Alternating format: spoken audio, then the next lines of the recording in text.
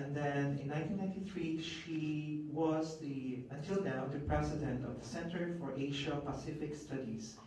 And in 1994, she was given an award as the Maximo Calao Professor of Peace and Environment, and also the subsequent year, she also received the Elpidio Quirino Professor of International Relations at the University of the Philippines. And then in 1998, she became the president of the National Defense College of the Philippines.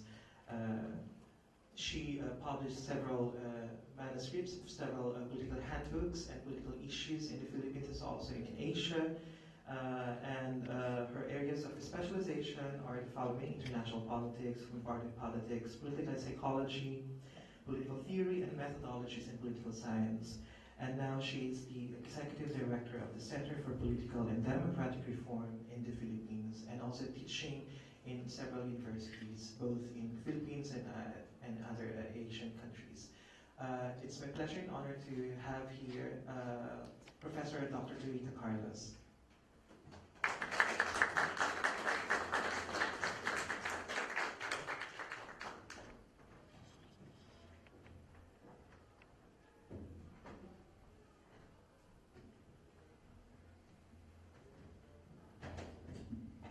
Good afternoon, everyone. Thank you very much first to my former student and somebody who had really gone beyond my expectation about my student. And while it is true that usually the tributary of a river does not rise above the headwaters, this is one example where it will. Thank you very much to the Alliance of Civilizations Institute for inviting me. This is the first time for me to come to Turkey. When this was broached to me by our ambassador, Rowena Sanchez, I had in fact informed her that I am done with traveling, because that's already a season in my life which is, and I don't want to move anymore from Manila, Philippines. And maybe a little known to you is that I'll be 70 years old next year, and I would have been teaching for 50 years because I started teaching when I was 20.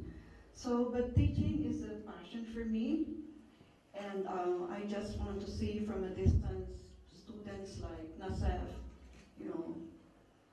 also advancing scholarship. So today, what I have prepared for you, you will notice I have, I think I'm more comfortable seated here. That's okay. Yeah. You notice I have rather thick paper here. This is now not how long the presentation should be. I will leave this whole 100 plus material with Nasef for those of you who would need data. I will not present data today. I'll simply present in broad strokes what the ASEAN 2020 looks like and provide the theoretical insights and the empirical counterparts.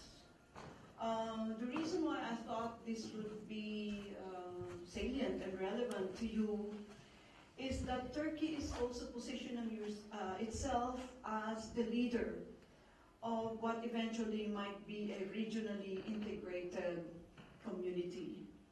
And if you wish, you can look at our experience in ASEAN, in the Association of Southeast Asian Nations, and there is an advantage when you in fact look at the experiences of other regional groupings like the European Union, the ASEAN regional integration through the ASEAN 2020, because you don't repeat their mistakes. And I guess what I'm going to present to you are highlights of what we're doing in the region in terms of trying to keep still the essence of the nation state and state sovereignty, but at the same time moving regional. Maybe a brief history of ASEAN is in order for those of you who, okay, what we have on the map is, of course, I have put my country in the middle. You know how maps are so political. Sometimes our country is so far east that you won't even know where it is because some other country is in the middle. So we always say that when I present this map, my country has to be in the middle. And, okay, there you are. As you can see, the seas surround us, but in the cosmology of Asians, the seas do not divide, they connect. So we always say that, especially now that we have a continuing challenge with China, who has declared the whole South China Sea as hers, then we simply remind her that the sea cannot be divided. As a matter of fact, the fish which China harvests in its jurisdiction, they are born in the Philippines. And therefore, the fish becomes confused because it doesn't know in which jurisdiction it is, whether, it's born in the Philippines, it is eaten in the Chinese part. And so what it means really is that it is absurd to divide the ocean, as it is absurd to divide the airspace. And that is the essence of regionalism. Essentially, regionalism is telling us that we're all human beings. I always tell my students that they should not ID themselves as Filipinos, but they should ID themselves like Nasef Adjong is a scholar, because he shares his scholarship with the rest of the international community of scholars. I am a political scientist, but I have other identities. I'm also Ilocano because I belong to a particular language group in the Philippines, in the northern part of the Philippines.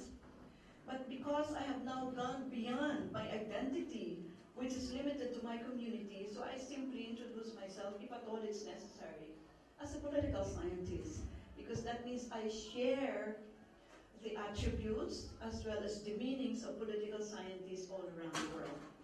This is the end point of regional integration. If you'll notice, regional integration is the intermediate stage to what might be wished for or desirable in the future, which will be all the boundaries would have lost their meanings and they will no longer loom large in our personhood, in our sense as a person.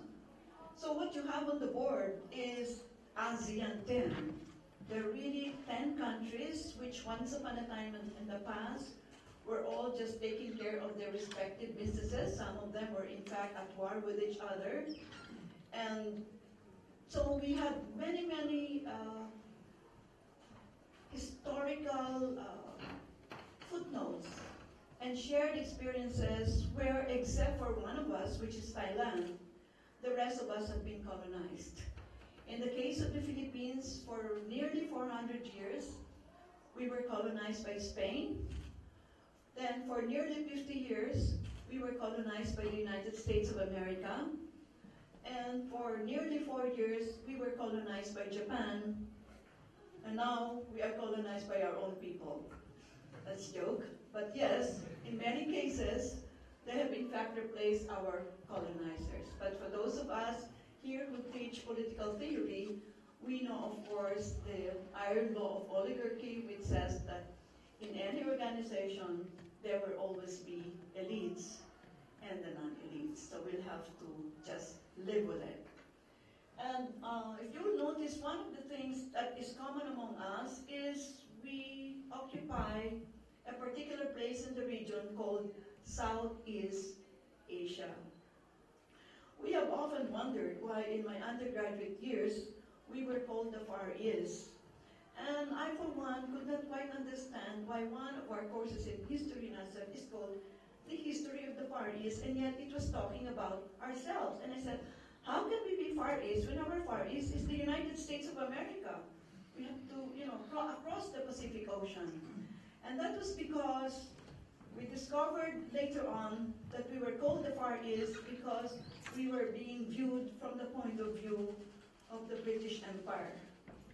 And so you are Near East. The Middle East is the middle of the Near East and where we are, which is the Far East. And so mercifully, we have changed the title of our course and we don't call ourselves anymore the Far East. Because that's only from the vantage point of the former colonizers. There are many things which you really have to expunge from our vocabulary, but this is part of our learning, I think. And here you have the countries' respective flags. And as I have noted earlier, one of the reasons for how in 1967, in August of 1967, 5 of these countries decided that, enough of conflicts, and let's just start selling to each other. Let us talk of cooperation, communication, collaboration, and coordination, and for the Association of Southeast Asian Nations 48 years ago. Maybe very briefly, the history of ASEAN is not without challenges, especially after the rest of the other countries joined us, Cambodia, Laos, Vietnam, Myanmar, or Burma. There were many, many challenges along the way because ASEAN really had established itself more like an economic organization, and of course, on the side, to make sure that we continue to talk, because if we continue to talk, we are not shooting at each other. Because it's difficult to do 2 things at the same time, talking, selling our mangoes, our pineapples, and at the same time shooting. And we would prefer selling rather than shooting. This is the very essence of the ASEAN, and that we continue to do. Once upon a time in the past, in 1967, they only thought about economic cooperation, and they talked about non-interference in each country's domestic concerns. But that was 48 years ago, and things have changed. And the demographics of the countries in the region are showing us that they are mostly young population. And the young population do not want to be confined in one geography and would like to move. And social media has told us, the advance in technology told us that what they see in the Philippines, what they see in Turkey, what they see in Europe, the demonstration effect is very, very powerful. They also want to help. And so maybe it might be, my brief presentation to you today might be instructive to Turkey and whatever is an emerging and incipient regional organization that will stitch together, crochet together countries in the region so they are not fighting but selling and buying from each other. And I would imagine that this experience would be, and maybe, replicated in this particular region of the world, and eventually, instead of state-to-state relations, bilaterals or multilaterals, there will be bloc-to-bloc relations, and that is the wave of the future. This is the wish of the 10 countries of ASEAN, that in the year 2020, and that is like 5 years from now, we would have been fully integrated in terms of our political and security concerns, our economic concerns, and our social, cultural concerns. Certainly they would be tall order, and maybe I shall start with the economic concerns because that is where we are. In principle, in 2003, we all agreed that there will be 10 countries committing that there will be free movement of goods, free movement of services, and free movement of labor. Now, while they may look simple on the screen, they really hide the many, many horror stories of what this free movement would entail. You can just imagine when you're talking of free movement of goods. First of all, 10 countries have different laws in regard to their phytosanitary requirements. They are going to accept our mangoes, and we have the sweetest mangoes in the region. Never mind what Thailand is claiming. They cannot replicate our terroir anyhow.